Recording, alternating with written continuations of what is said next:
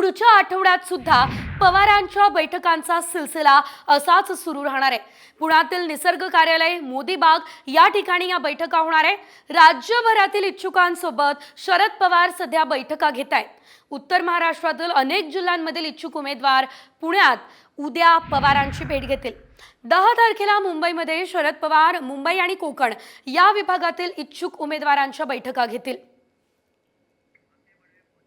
अधिकची अपडेट घेऊयात आमचे प्रतिनिधी अक्षय बडवे यांच्याकडून। अक्षय, आपण बघू शकतोय पुढच्या आठवड्यात सुद्धा शरद पवार अशाच बैठका घेणार आहे। कुठे कुठे या बैठका होणार आहेत आणि या बैठकामागची नेमकी काय पार्श्वभूमी आहे, सविस्तर माहिती?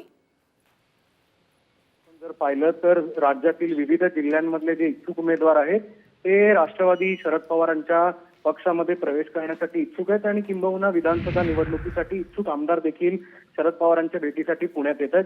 पुढच्या आठवड्यात देखील शरद पवारांचा हा सगळा जो कार्यकाळ आहे तो या सगळ्या बैठकांमध्ये व्यस्त असल्याची माहिती विश्वसनीय सूत्रांनी साम टीव्हीला दिलेली आहे।